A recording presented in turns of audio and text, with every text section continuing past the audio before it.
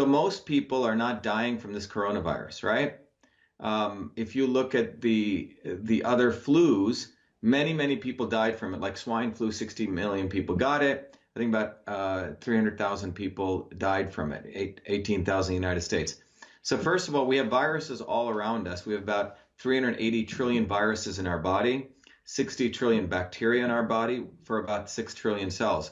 So people are being fear-mongered and taken advantage of because of the lack of understanding of the immune system. So first is that people who are compromised are people whose immune systems are already low, like older people. So whether it's the coronavirus or any virus, if someone is older, right, 60, 70, 80 years older, you should make sure that they're quarantined from infections for anything. I hope that's clear. If someone already has a compromised immune system, if they have autoimmune disorders, obviously you want to protect them from any infection. This is just basic common sense. The issue is, why is there so much hype and fear mongering? And if you actually unravel this, from my understanding, when you really look at it, there are political reasons. And the political reasons are there's a broader interest in making sure we all get vaccinated, okay? That the only way to solve medical health issues is through the model of vaccinating everyone through pharmaceutical drugs. So if you look at the immune system, there are two main components. I mean, the immune system is a very complex system, which I study. I'm probably one of the leading experts in this because the immune system is complex and you have to study from an engineering systems approach. Most medical doctors really don't know how the immune system works because their medical training just teaches them pieces, right? But the bottom line is, if you eat foods that are high sugar foods, right, your body actually will create toxins that suppress the immune system. And in that case, when you get hit with different pathogens, your body will overreact. Viruses will come and go, okay? Now, if you have a entire world where people are obese, you know, in the United States, 30% obesity, where people are immunocompromised, dirty air, dirty water, dirty food, this affects our immune system. This is basic. I don't see them calling an emergency the fact that 30%, 30% of the people in the United States are obese now. So, but the larger issue here is that you have big pharmaceutical companies who are actually losing money from pharmaceutical drugs.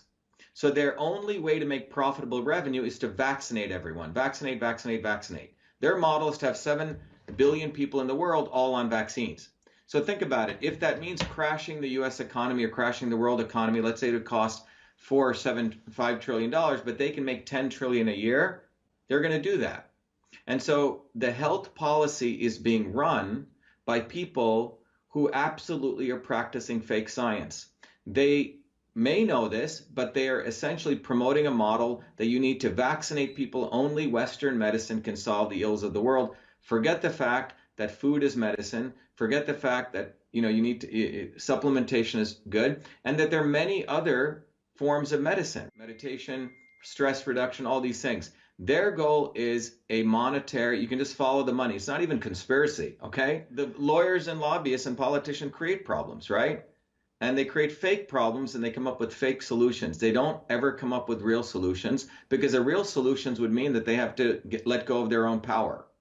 And they don't want to solve real problems. They want to essentially enslave people. It's no different than the old kings. You know, the king had his little territory and he took 30% or 40% of whatever the worker made. Now we're taking 60, 70%. In fact, we're taking so much that we want to nationalize things and basically make people stupid and then basically make them robots.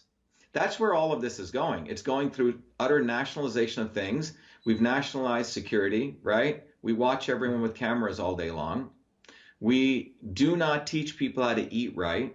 We do not take care of our environment. Mark my words, next year at this time, they will probably say everyone should be vaccinated. And if you don't get vaccinated, we're not going to give you a driver's license. We won't give you transport. We won't give you business licenses. We have 7 billion people. And let's say overall, you can make $1,000 per person per year per vaccine. That's $7 trillion per year, okay? So if you are willing to crash the economy, maybe it'll cost the US 4 trillion, but it's like you're investing 4 trillion and then you get a return of income of 7 trillion year over year over year. So over a 10-year period, you're going to make 70 trillion. That's what it's about. So the health policy is being implemented by a guy called Anthony Fauci here, who's essentially big pharma and big vaccine. He's been at it since 1986. And no one is able to call him out on it because he says virologist and an immunologist, and the problem is that I actually know the science, and what he's doing is he's taking advantage of people's ignorance. Look, it's about time people started voting and fighting for people and defending people and supporting people who actually have to solve problems. If you're an engineer, I'm a working class kid. My parents came from India with nothing. I've worked all my life. These politicians don't work. What do? What they're doing is they're working their networks. They're all incestuous, right? Whether they're left or right, they're all the same set of people. And they've taken advantage of working people and our labor. It's no different than taking advantage of slaves. And it's time that the slaves realize that they have choices. And that's what this is about, and that they need to get educated, and they need to, they use fear. After 9/11 occurred in the United States, it was terrorism, terrorism, terrorism, terrorism. And they used that to implement a police state of watching everything. And everyone said, okay, it's okay, I have cameras everywhere, right, watching me. So we gave up our freedom. Now with this, we're going to say, okay, you can inject anything into me. So every time we give away this freedom, you can never get it back. And what it does, it helps consolidate power to the Bill Gates, the Hillary Clintons, those kinds of people who think they're actually very smart, they know better, and we're all basically their slaves. That's what's fundamentally taking place. So let's talk about Italy, okay? If you look at Italy, about 10 years ago, did you hear about the 5-star movement in Italy? Yeah, I did. Okay. The 5-star movement in Italy was a bottoms-up movement, an independent movement out of both parties, right? Berlusconi and the other party. Yeah. And they actually started building a lot of mass bottoms-up movement in Italy. And that was very threatening to the elites. Now, you have to also understand, Italy is where the Vatican is, okay? Italy has one of the worst healthcare systems. Friends of mine who are from Italy that I've worked with at MIT, they said you never want to end up in an Italian hospital, okay? They're horrible. They're like state-run hospitals. It's awful. So if you look at the situation in Italy, how many deaths have been there right now? 4,000. How many people have been infected? 40,000. Right. So that's in that numbers, it's about 10%. And what those 4,000 people died, what is their background? Most of them are old people. Most of them. So as you get older, your immune system gets compromised, whether it's this or any virus. Okay. I think you can look at how many people die of the flu every year globally. Now, they're attributing this to corona. Now, when you get the flu and your immune system is compromised, you're open to many viruses. I don't know if you know that. If you looked at someone who has the flu, they have many different viruses in themselves. If you wanted to solve the problem, you take the people who are older, people who are immunocompromised, fine, protect them. And that should be protected in any case. But then you take the healthy people and let them run the economy, right? And let them start boosting their immune system with vitamin A, vitamin D, and vitamin C, eating proper foods.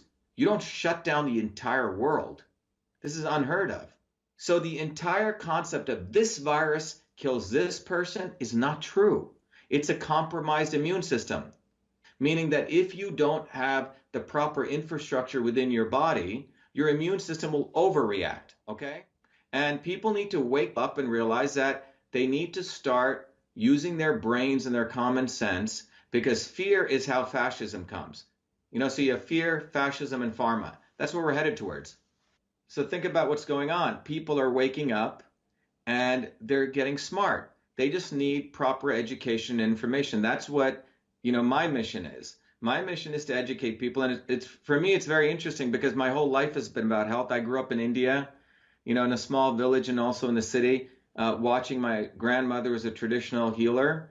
I studied, since when I was 14, I started doing research at a medical school full time. And then I went in and out of MIT understanding systems. And my whole life has been dedicated to health. Separate from that, I've had a deep interest in political systems. So for me, it's very interesting because both are converging at a time when I've been a fighter, on these other areas in politics, but deeply, deeply contributing and interested in the immune system, etc.